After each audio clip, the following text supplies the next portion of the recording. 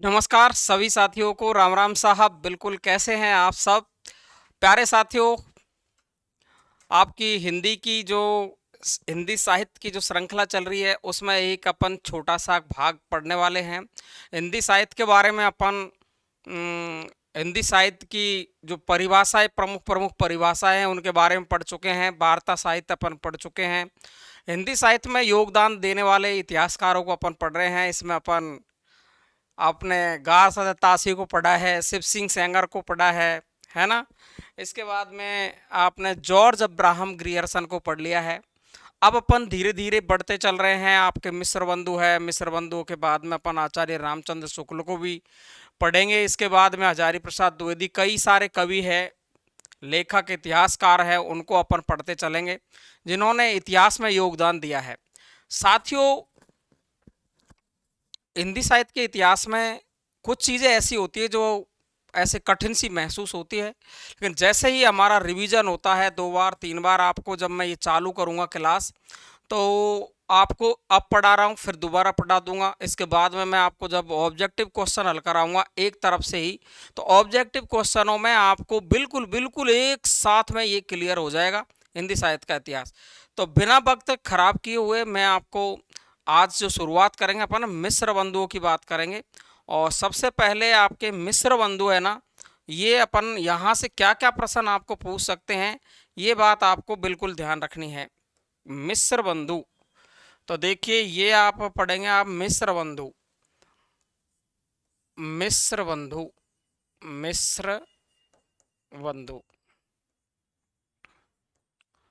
ये जो मिस्र बंधु है, ये मिस्र बंधु कौन कौन है, यहाँ से कई बार सवाल आपका यहाँ पूछा गया है मिस्र बंधु से कि मिस्र बंधुओं का जन्म के आधार पर सही क्रम बताओ। जैसे नेट सेट में, ग्रेड फर्स्ट में कई बार ऐसा सवाल पूछ लिया गया है। जैसे आपका यूपी में कई बार सवाल पूछा गया है, एमपी में पूछ लेते हैं।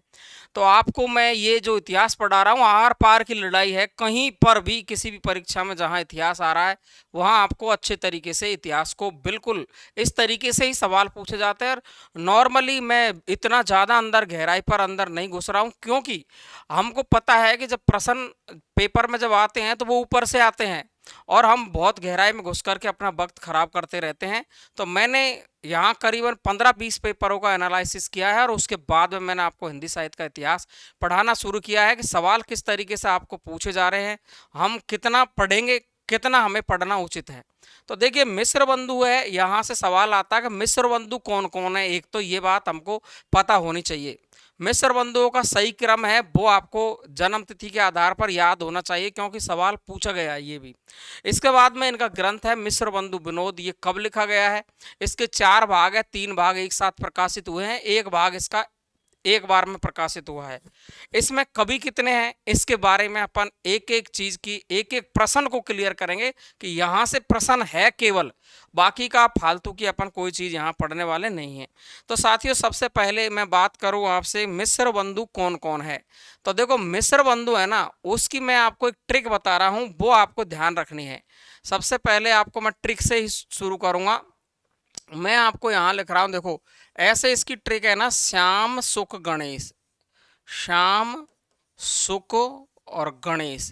लेकिन ये जो मैंने ट्रिक लिखी है ना, इसमें आपको अगर जन्म तिथि के आधार पर देखा जाए तो आपको जन्म तिथि के आधार पर यहाँ गणेश को सबसे पहले लेना। ये तीनों भाई है और ये चिंतामणि, जो आपके जो चिंतामणि मिश्र हुए हैं, तो चिंतामणि के पूर्वज माने जाते हैं ये श्याम सुख गणेश।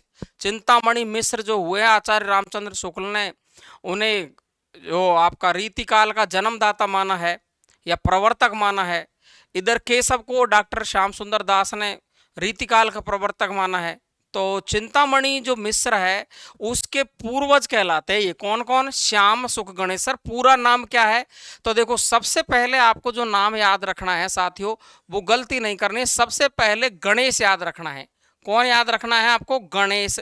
तो आपको यहां देखेंगे गणेश बिहारी मिश्र। क्या याद रखेंगे, गणेश, गणेश बिहारी मिश्र, गणेश बिहारी, गणेश बिहारी मिश्र, ये इनका नाम याद रख लेंगे आप। दूसरे कौन होंगे, श्याम। दूसरे कौन होंगे, श्याम। ये क्रम से ही है, गणेश श्याम सुख कर देंगे ना तो क्रम से हो जाएगा। लेकिन इस तुक से हमको याद रहता है श्याम सुख गणेश, ऐसे श्याम सुख से गणेश ऐसे याद रह जाता है। तो श्याम सुख गणेश, गणेश बिहारी मिश्र। दूसरे है श्याम बिहारी मिश्र, है ना। कौन है, श्याम बिहारी मिश्र, श्याम बिहारी मिश्र। और तीसरे कौन हो गए आपके बताओ, सुखदेव बिहारी मिश्र। कौन हो गए, सुखदेव बिहारी मिश्र। ये हो गए आपके सुखदेव बिहारी मिश्र, सुखदेव बिहारी मिश्र। कौन हो गए, सुखदेव बिहारी मिश्र। क्लियर है। ये तीनों मिश्र बंधु है। अगर इनके जन्म की मैं बात करूं तो आप देखेंगे 65, 73, 78 ऐसे याद रखेंगे। 65, 73, 78 ऐसे याद रख लोगे।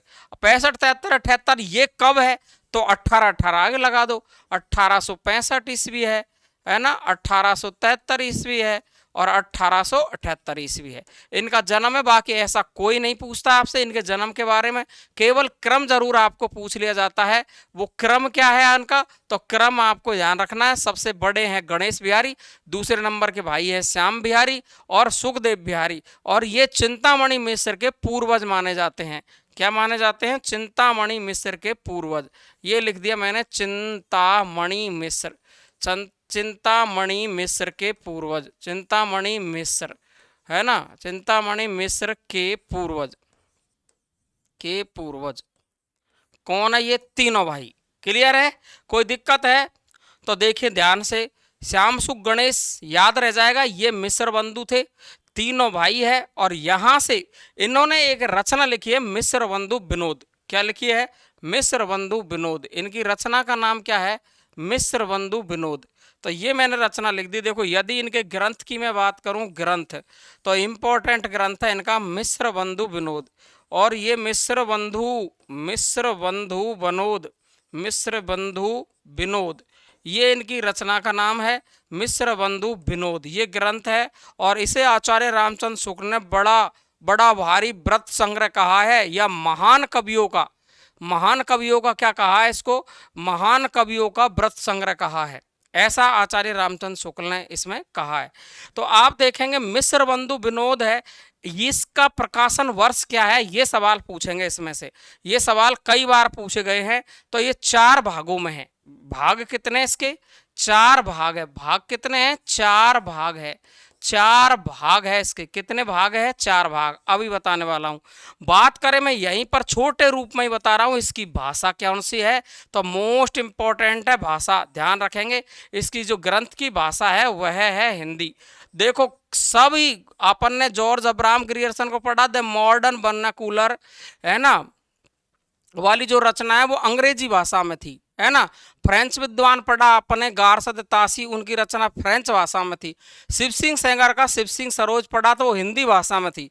इसी प्रकार से आपसे सवाल पूछेगा कि मिश्र बंधु विनोद है, ये जो रचना है मिश्र बंधु विनोद, ये कितने भागों में प्रकाशित हुई है, तो 4 भागों में प्रकाशित हुई है।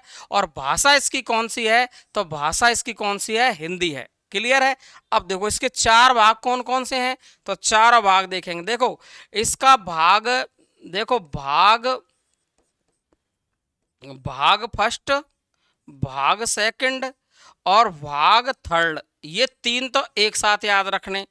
और इसका भाग 4 ये एक साथ याद रखना है आपको। अब इसकी डेट अपन को याद रख लेनी। ये तीनों भाग तो एक साथ में प्रकाशित हुए हैं, प्रकाशित में यहां लिख देता हूं, प्रकाशित। क्लियर है। तो ये तो हुए हैं 1913 में। कब हुए हैं, 1913 ईस्वी में प्रकाशित हुए हैं ये 3 भाग तो। और ये जो चौथा भाग है, ये भाग हुआ है 1934 ईस्वी में प्रकाशित। अब रह जाएगा याद, बिल्कुल क्लियर है, एकदम एक साथ मैंने आपको एकदम सही तरीके से बता दिया है। तो मिश्र बंधु जो आपके कौन कौन है, तो मिश्र बंधु आपके कौन कौन है, श्याम सुख गणेश, सबसे बड़े गणेश, श्याम सुख यानी सुखदेव बिहारी मिश्र। ग्रंथ का नाम है मिश्र बंधु विनोद, 4 भागों में है और भाषा इसकी हिंदी है। इसके 3 भाग यानी जो मिस्र बंधु विनोद के पहला भाग, दूसरा और तीसरा भाग है, 3 भाग एक साथ प्रकाशित हुए हैं 1913 ईस्वी में। और जो इसका चौथा भाग है वो कब प्रकाशित हुआ है, तो आपको ध्यान रखना है 1934 ईस्वी में प्रकाशित हुआ है। क्लियर है। अब देखो ये जो मिस्र बंधु विनोद है इसके बारे में अपन आगे चल के देखते हैं। मिस्र बंधु विनोद, यहां तक की बात समझ में आई ना। ये जो आपका मिस्र बंधु विनोद ये ग्रंथ है, मिस्र बंधु विनोद, मिस्र बंधु विनोद, तो आपको एक एक चीज बिल्कुल मैंने क्लियर कर दिया। अब इस मिस्र बंधु विनोद के बारे में आपको एक एक चीज बिल्कुल क्लियर याद कर लेनी है ना।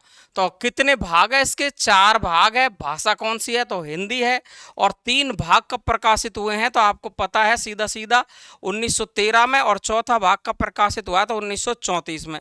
अब बात आती है कि इसमें कितने कवि शामिल है मिस्र बंधु विनोद में। तो देखो अगर आप में लगभग देखें, लगभग लगभग लगभग कवि शामिल, लगभग लगभग कवि, लगभग कवि शामिल किए गए हैं इसमें। तो कितने किए हैं, तो लगभग की बात करें तो इसमें लगभग है 5000 कवि शामिल। कितने हैं, 5000 कवि शामिल है। और वैसे देखें अपन तो इसमें वास्तविक रूप से देखें तो 4591 मिलता है ना। वास्तविक रूप से देखें ना, वास्तविक रूप से, वास्तविक रूप से, वास्तविक रूप से, तो वास्तविक रूप से देखें तो 4591। अब तुम कहोगे साहब दोनों ही आ गए तो हम क्या करेंगे, ये भी तो बात आती है। तो आपको सीधा सीधा सा ध्यान रखना है, दोनों ही आ गए तो वास्तविक रूप को हमको वरीयता देनी है। तो वास्तविक रूप में 4591 कवि बताए गए हैं। और लगभग की बात करें तो लगभग 5000, कभी कभी 4591 नहीं देता है, 5000 कवि देता है। तो कवि कितने हैं इसमें, कितने कवि है आपको पता है, 5000 कवि है लगभग। और वास्तविक रूप से 4591 कवि इसमें है। और मिस्र बंधु विनोद की जो भाषा है वो भाषा कौन सी है, तो भाषा आपको याद रख लेनी है अच्छे तरीके से, हिंदी इसकी भाषा है। क्लियर है, कोई दिक्कत है यहाँ तक, एकदम सरल है, एकदम सरल है। और आचार्य रामचंद्र शुक्ल ने इन्होंने मिस्र बंधुओं को क्या कहा है, तो यहीं से देखेंगे अपन। आचार्य रामचंद्र शुक्ल ने, यहां देखेंगे अपन, आचार्य रामचंद्र शुक्ल ने, आचार्य रामचंद्र शुक्ल ने, आचार्य रामचंद्र शुक्ल, आचार्य रामचंद्र शुक्ल ने मिस्र बंधुओं को, मिस्र बंधुओं को, मिस्र बंधुओं को, मिस्र बंधुओं को परिश्रमी संकलनकर्ता कहा है। क्या कहा है, परिश्रमी संकलनकर्ता। क्या कहा है, परिश्रमी, परिश्रमी संकलनकर्ता। सीधा ही सवाल पूछ लेगा, सीधा ही सवाल पूछ लेगा आपसे कि मिस्र बंधुओं को रामचंद्र शुक्ल ने किस नाम से पुकारा है, परिश्रमी संकलनकर्ता। या आपको ऐसे उल्टा पूछ लेगा, परिश्रमी संकलनकर्ता मिस्र बंधुओं को किसने कहा है, तो आचार्य रामचंद्र शुक्ल ने कहा है। तो आचार्य रामचंद्र शुक्ल ने मिस्र बंधुओं क्या कहा है, परिश्रमी संकलनकर्ता कहा है, कहा है, यहीं पर लिख देता हूं, कहा है। एक बात ध्यान रख ले मिस्र बंधु विनोद के बारे में, मिस्र बंधु कौन कौन है, श्याम सुख गणेश। कौन कौन है, श्याम सुख गणेश, सबसे बड़े गणेश, दूसरे श्याम और तीसरे सुखदेव बिहारी मिश्र। ऐसे क्रम वाइज ध्यान रखेंगे। क्लियर है, आगे चलते हैं। शुक्ल ने ही मिस्र बंधुओं को शुक्ल ने ही मिस्र बंधु विनोद को बड़ा भारी व्रत संग्रह कहा है, जो मैं आपको पहले बता रहा था। तो आचार्य शुक्ल ने ही, आचार्य रामचंद्र शुक्ल ने ही, आचार्य रामचंद्र शुक्ल ने ही मिस्र बंधु विनोद को, यानी इस ग्रंथ को, मिस्र बंधु विनोद को, मिस्र बंधु विनोद को, मिस्र बंधु विनोद, मिस्र बंधु विनोद, ये ग्रंथ को क्या कहा है, मिस्र बंधु विनोद को बड़ा भारी, बड़ा भारी,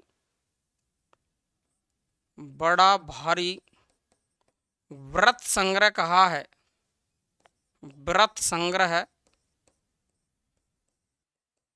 कहा है। ध्यान रखेंगे, बड़ा भारी व्रत संग्रह कहा है। कि ये बहुत बड़ा ग्रंथ है, ऐसे कहा है। कौन सा ग्रंथ है ये? मिस्र बंधु विनोद। क्लियर है? बिल्कुल एकदम सीधी सीधी बात बता रहा हूं, कभी भी आपको गलती बिल्कुल नहीं होनी चाहिए। और प्रकांड कवि व्रत संग्रह भी इसका नाम दिया है, मिस्र बंधु विनोद का प्रकांड कवि व्रत संग्रह। क्या नाम? इसी का नाम प्रकांड कवि व्रत संग्रह, कवि व्रत संग्रह। ये भी नाम किसने दिया है? आपका आचार्य रामचंद्र शुक्ल ने, कि ये प्रकांड कवियों का व्रत संग्रह है। प्रकांड कवियों ने मिलकर इस ग्रंथ को लिखा है। क्लियर है?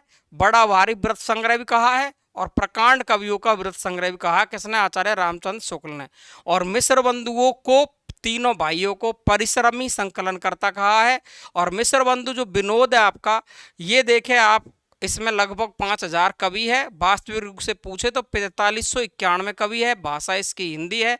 3 भाग 1913 में है, 1 भाग 1934 में प्रकाशित है। क्लियर है? बिल्कुल एक एक चीज मैंने आपको यहाँ पर बिल्कुल क्लियर कर दी है। अच्छा देखो, मिस्र बंधु विनोदों ने, मतलब मिस्र बंधु भाइयों ने, इन्होंने तीनों ने क्या क्या नाम, आपके जो आपका इतिहास है उसमें आदिकाल का नाम क्या दिया है, तो वो भी अपन को एक एक चीज देख लेनी है। तो देखिए, मिस्र बंधुओं ने क्या किया है? आदिकाल को तो आरंभिक काल दिया है नाम, है ना। मिस्र बंधुओं ने, इनका योगदान देखिए आप। मिस्र बंधुओं ने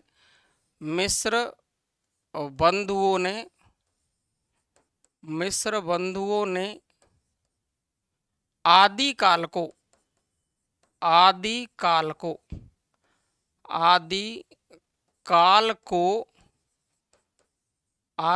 को क्या कहा है? आदिकाल को देखो, ऐसे आदिकाल, ऐसे ही आरंभिक काल। क्या कहा है? आरंभिक काल। और गणेश ने प्रारंभिक काल कहा है, ध्यान रखेंगे।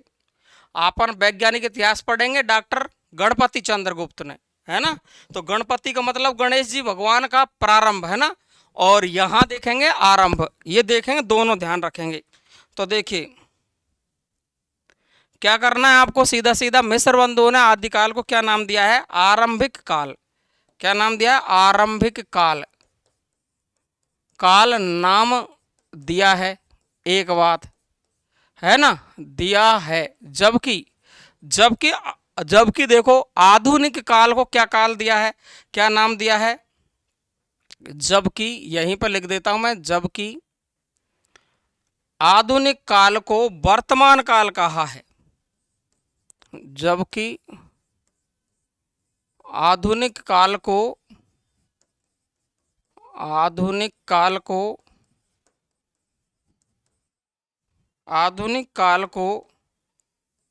वर्तमान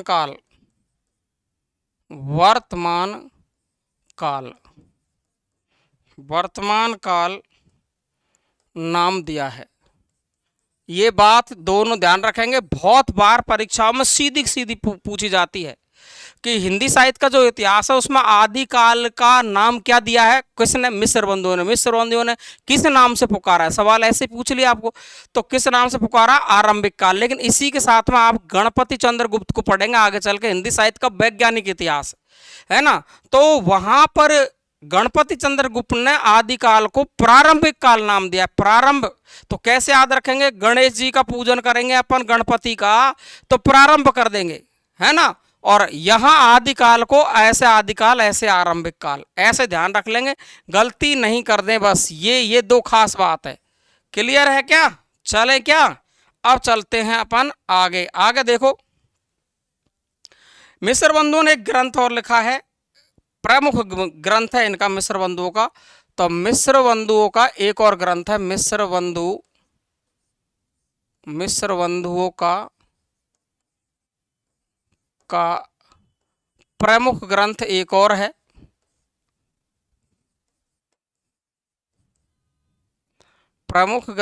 और है, जिसका नाम है हिंदी नवरत्न। याद रखेंगे, वेरी मोस्ट है, इसमें से सवाल आता भाई। तो देखिए क्या नाम है इसका? हिंदी नवरत्न। क्या है? हिंदी नवरत्न। ये इनका ग्रंथ प्रमुख ग्रंथ माना जाता है, क्योंकि इसमें हिंदी के 9 रत्नों को बताया गया है। और 9 रत्न किसी को अता पता नहीं चलता कि 9 रत्न कौन कौन से, पहली बात तो यही पता नहीं रहता है। चलो कोई बात नहीं, ये भी याद है। तो आपको कभी कभी वो क्रम पूछ लेता है कि हिंदी नवरत्न में पहला नवरत्न कौन सा है, दूसरा कौन सा है, सातवां कौन सा है, नौवा कौन सा है, अंतिम नवरत्न कौन सा है। वह सब सवाल पूछने के जान कितने सारे तरीके हैं, एक एक छोटी छोटी बात में से। तो ये हिंदी नवरत्न रचना है, इसमें से एक सवाल तो ये पूछता है कि ये कब लिखी गई, तो आपको ध्यान रखेंगे 1910 ईस्वी में। कब लिखी गई? 1910 ईस्वी में। ये इसकी इंपॉर्टेंट डेट है, ध्यान रखेंगे। तो मैं लिखी वही रहा हूं जो इंपॉर्टेंट है, ठीक है ना। और ये हिंदी हिंदी आलोचना की प्रथम पुस्तक है, ये बात आपको ध्यान रखनी है। ये खास बात है। हिंदी आलोचना की आलोचना जो लिखी गई है, हिंदी आलोचना की प्रथम पुस्तक है या प्रथम ग्रंथ है। हिंदी आलोचना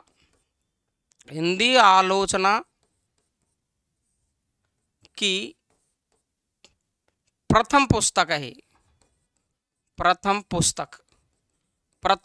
पुस्तक कह सकते हो, प्रथम इतिहास ग्रंथ कह सकते हो। हिंदी जो आलोचनाएं लिखी गई, पहले आपको पता है कि जो आलोचना लिखी, अब ये आलोचना क्यों है?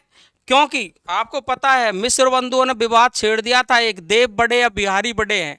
तो ये विवाद 1837 में ही छेड़ दिया था इन्होंने।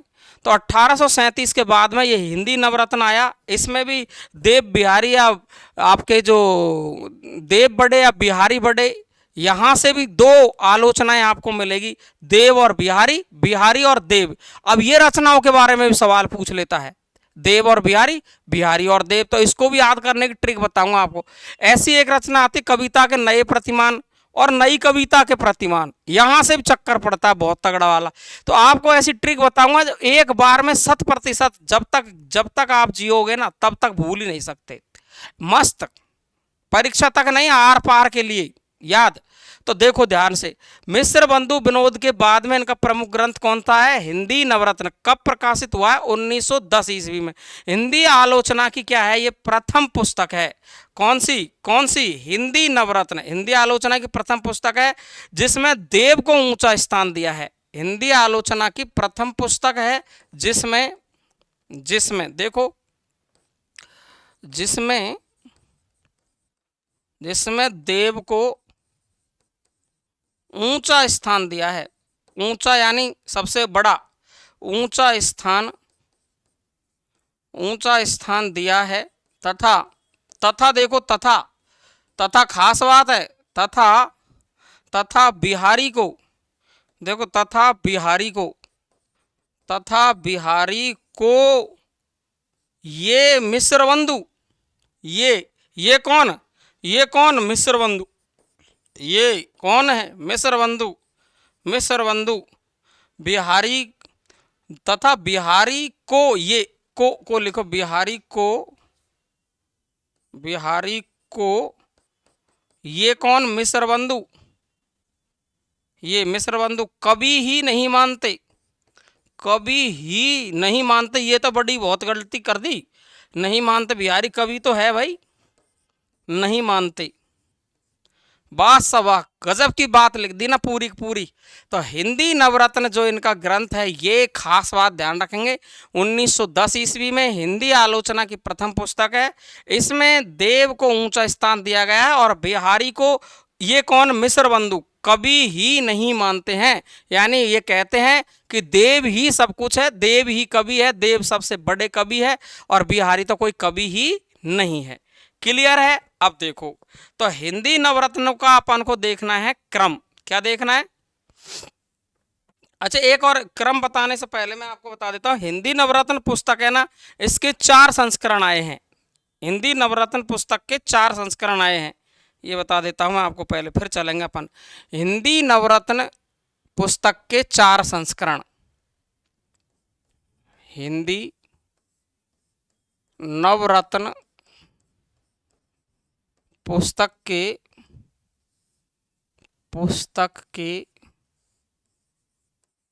4 संस्करण आए। 4 संस्करण है, 4 संस्करण। अब इनमें क्या क्या किया है, ये सवाल भी यहाँ से कई बार, अगर गहरा सवाल आपको पूछा जा रहा है परीक्षा में जिसको बहुत कम लोग करेंगे, तो वो 4 संस्करण कौन कौन से हैं। तो देखो 4 संस्करण, एक तो आपको मैं यहाँ लिख देता हूँ प्रथम संस्करण। प्रथम संस्करण, इसकी डेट क्या है और इसकी खास बात क्या है ये देखेंगे। एक है आपका द्वितीय संस्करण। द्वितीय संस्करण, इसकी खास बात क्या है और इसकी भी अपन डेट याद रखेंगे। एक है तृतीय संस्करण। तृतीय संस्करण है ना भाई। और एक है आपका चतुर्थ संस्करण। चतुर्थ संस्करण, क्लियर। तो देखो प्रथम की और द्वितीय की खास बात आपको ध्यान रख लेनी है। प्रथम की और द्वितीय की आपको खास बात याद रख लेनी है, क्योंकि ये देखो 1934, 40, 1934, 1940, 1943, 1943 और 1944। चौथा संस्करण है वो कब आया, 1944 ईस्वी में, 1943 ईस्वी में, 1940 ईस्वी में और ये 1934 ईस्वी में। जब आपका मिस्र बंधु विनोद का जो आपका चौथा संस्करण आया लास्ट का, तो उस वक्त इसका पहला संस्करण आया किसका, हिंदी नवरत्न का। ये लिखा कब गया, 1910 में। वो वेरी मोस्ट वो ध्यान रखेंगे। लेकिन संस्करण की बात करें तो प्रथम संस्करण 1934 ईस्वी में और दूसरा 1940 में है, तीसरा 1943 में और चौथा आपका 1944 में। अब बात आती है सर ये क्यों लिखे आपने, तो मैंने इसलिए लिखे हैं कि इसमें से 2 संस्करणों में से सवाल आपसे यहाँ पर पूछा जाता है। क्या पूछा जाता है, देखो यहाँ पर इसमें जो पहला संस्करण है इसमें कबीर को स्थान नहीं दिया गया है। इसमें कबीर को स्थान नहीं दिया है ना। कबीर इतने बड़े कवि है उनको ही, तो कबीर को स्थान नहीं दिया गया है। कबीर को स्थान नहीं दिया गया है। किसमें किसमें किसमें बताओ, किसमें बताओ, पहले संस्करण में। और दूसरा जो संस्करण है इसमें कबीर को शामिल कर लिया इन्होंने, तो यहाँ कर लिया कबीर को शामिल, इसलिए मोस्ट है ये। आपको सवाल पूछ लेगा हिंदी नवरत्न के कौन से संस्करण में कबीर को शामिल किया और कबीर को किस नंबर का कवि आंकते हैं ये, तो कबीर को शामिल किया। कबीर को शामिल किया है किसमें, 9 रत्नों में। और बता देता हूं आपको 7वें नंबर पर ध्यान रखेंगे, वेरी वेरी मोस्ट। कबीर को कौन सा दिया है, 7वां स्थान। करीबन 4-5 परीक्षा में सवाल पूछ लिया है कि हिंदी नवरत्न पुस्तक में मिस्र बंधुओं ने कबीर को कौन सा स्थान दिया है, 7वां स्थान। कौन सा, 7वां। क्लियर हो जाएगा। अब आपको मैं नवरत्न बता देता हूं, हिंदी नवरत्न। तो हिंदी के नवरत्न बता देता हूं भाई साहब मैं आपको। अब देखो मैं एक ट्रिक लिखूंगा हिंदी नवरत्नों की, तो एक ट्रिक लिखूंगा, वो उस ट्रिक से ही आपको पूरे नवरत्न याद हो जाएंगे। तो ये लिख दिए मैंने हिंदी नवरत्न। हिंदी नवरत्न है ना, ये तो लिख दिया मैंने। हिंदी के 9 रत्न नाम लिखूंगा अब मैं फटाफट से आपके सामने, और पूरे 9 रत्न अभी सेकंडों में याद हो जाएंगे आपको। वाह सब मजे आ जाएंगे भाई साहब। तुलसी सूरने देवी के बंधु, ये जगह और कम रहेगी यार यहाँ पर। तुलसी इधर ही ले लेता हूँ मैं, इसको इधर ले लेता हूँ अगले पेज पर।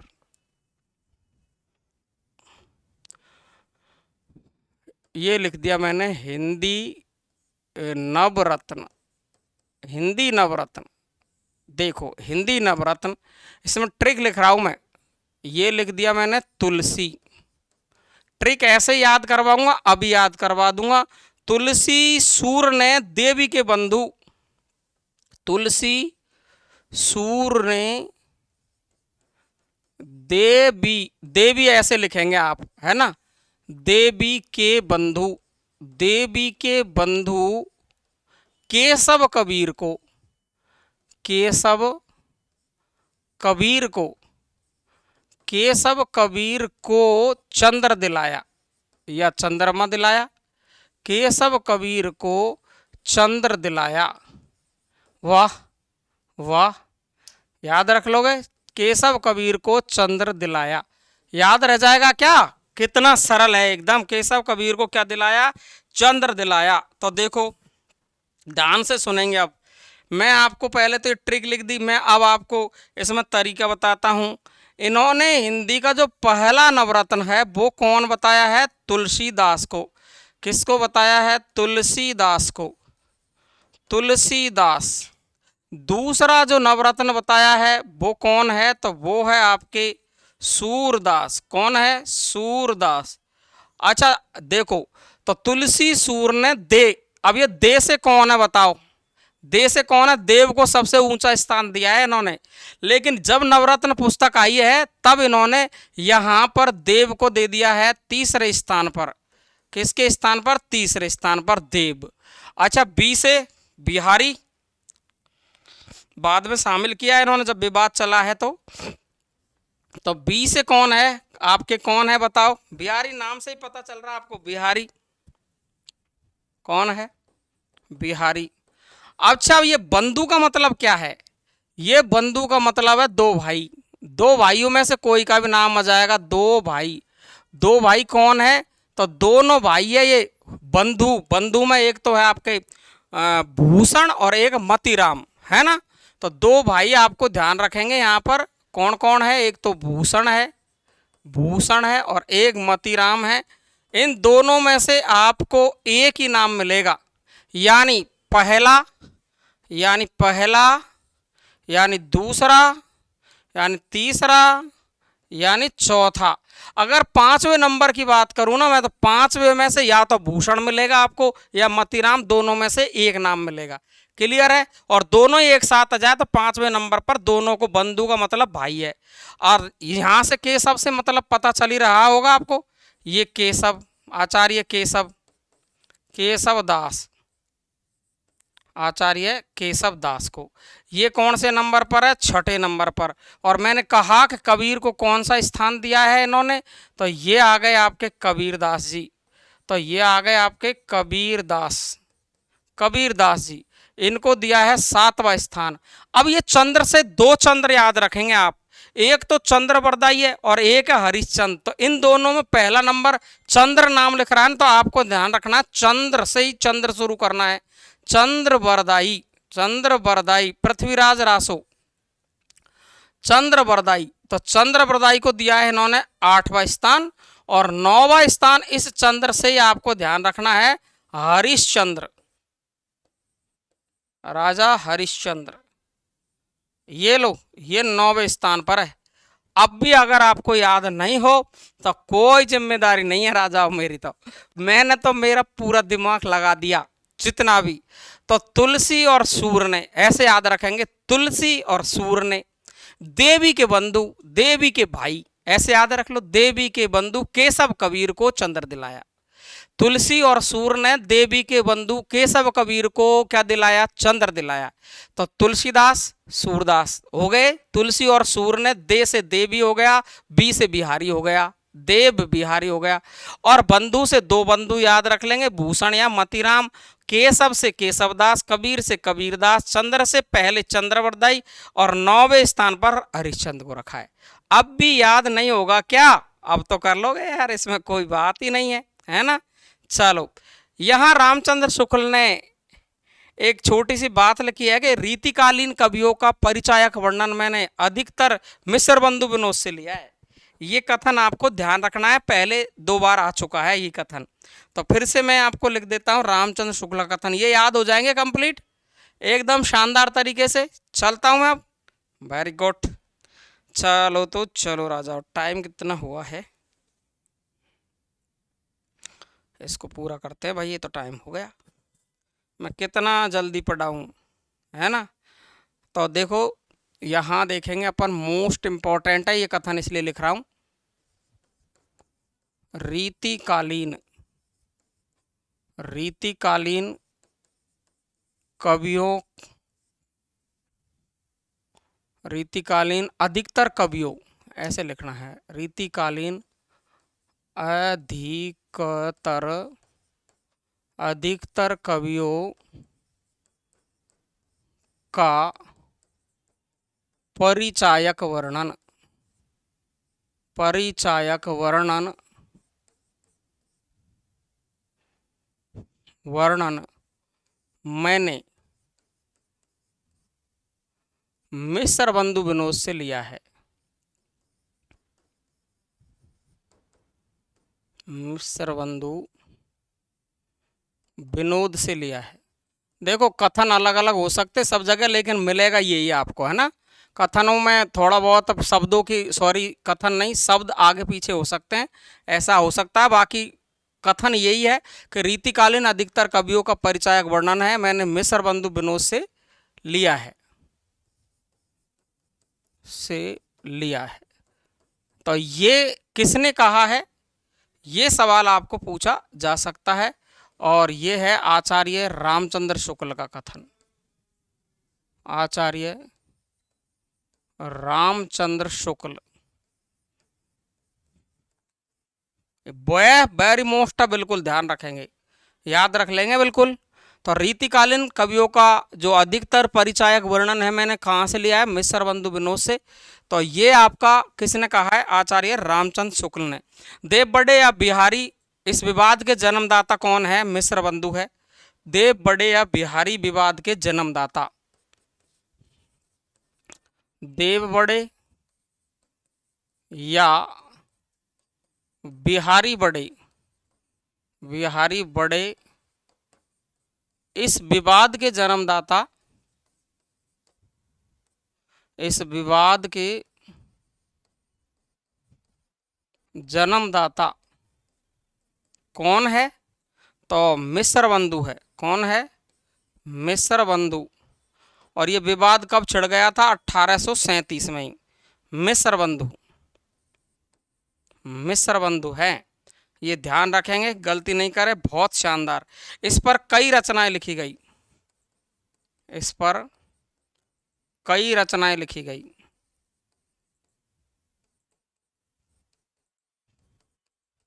लिखी गई जैसे, लिखी गई जैसे, जैसे देखो दो रचना तो मैं आपको बताऊंगा ही, क्योंकि यहां से सवाल आता है। एक तो आता है आपका देव और बिहारी, देव और बिहारी, और दूसरा है आपका बिहारी और देव, बिहारी और देव। कैसे याद रखोगे आप इसको, जिसमें देव पहले आ रहा है उसमें देव बड़ा है, और जिसमें बिहारी पहले आ रहा है उसमें बिहारी बड़ा है, बस यही तो करना है आपको।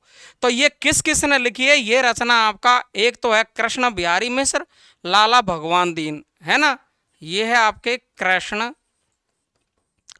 बिहारी मिश्र, कृष्ण बिहारी मिश्र और लाला भगवान दीन, लाला भगवान दीन।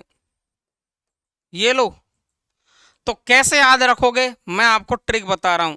देखो इसमें बिहारी बाद में है ना, तो कृष्ण बिहारी बाद में है, और इसमें बिहारी और देव, दे से देव बाद में है, तो दे से दीन बाद में है, याद रख लोगे ना। देखो बिहारी बाद में है, कृष्ण बिहारी बाद में है, और बिहारी और देव में देव बाद में है, तो इसमें भी दीन बाद में है, रह जाएगा याद। तो देव और बिहारी रचना किसने लिखी है, कृष्ण बिहारी मिश्र ने, और बिहारी और देव किसने लिखी है, लाला भगवान दीन ने। तो कृष्ण बिहारी मिश्र तो कहते हैं कि देव सबसे बड़े हैं, और इधर लाला भगवान दीन कहते हैं कि बिहारी सबसे बड़े हैं, ये मुख्य बात है। क्लियर है, तो देखिए ध्यान से। आपको एक दो चीज और बता देता हूं, बाकी इसके बारे में मैंने मिस्र बंधु विनोद के बारे में बहुत सारी चीजें आपको बता दी है। आचार्य रामचंद्र शुक्ल का अनुसरण करते हुए इन्होंने 1940 में पुनः इसका प्रकाशन कराया, मिस्र बंधु विनोद का। तो वो भी लिख लो, आप लिखना चाहते हो तो देखिए ध्यान से। आचार्य रामचंद्र शुक्ल, आचार्य रामचंद्र शुक्ल का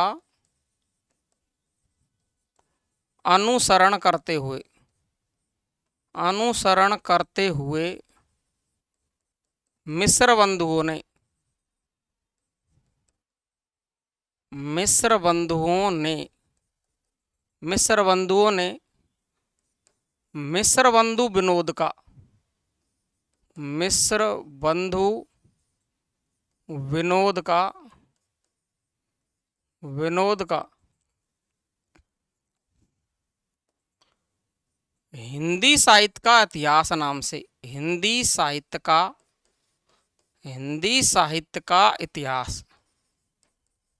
इतिहास नाम से, इतिहास नाम से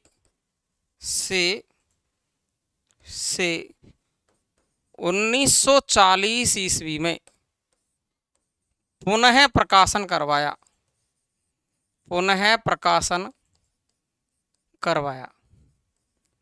कर लोगे?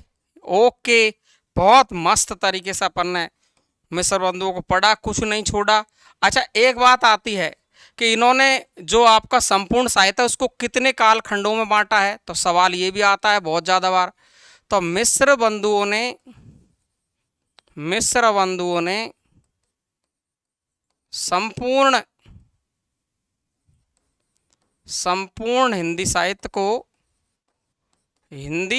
को 8 कालखंडों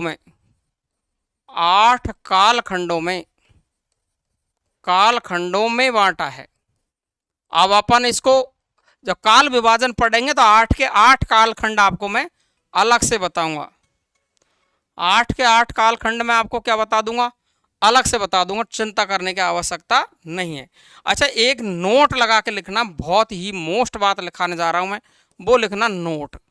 और नोट में आपको क्या लिखना है, तो नोट में लिखना है कि मिस्र बंधुओं ने एक ही काल के 2 उपविभाजन, मिस्र बंधुओं ने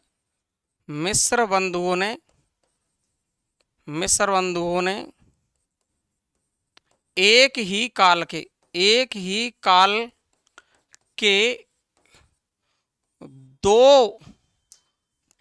2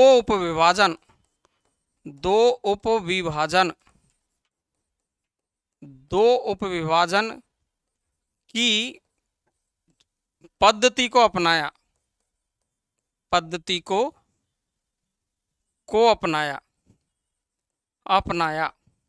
और दूसरी प्रमुख बात है ना, वो यहीं पर चक्कर में नहीं पड़ जाना, 2 उपविभाजन है ये ध्यान रखेंगे, लेकिन यहां जो मैं आपको मुख्य बात बताने वाला हूं वो ये है, इस नोट में ही ध्यान रखेंगे। दोहरे नामकरण की पद्धति को किसने अपनाया, तो दोहरे नामकरण की पद्धति को आचार्य रामचंद्र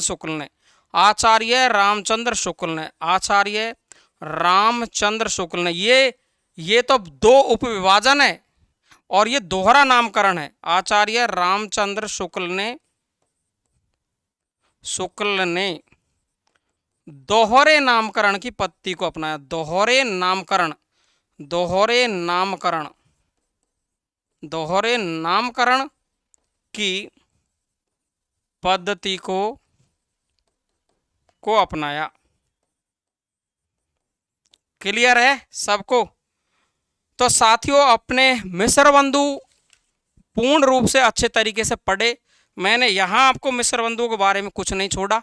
नमस्कार साथियों, सभी को कैसा पसंद आया शेयर करना, लाइक करना और कमेंट बॉक्स में ज़रूर से ज़रूर लिखना कि आपको कैसा लग रहा है वीडियो, ताकि मैं इस श्रृंखला को आगे निरंतर बनाए रखूँ। नमस्कार साथियों।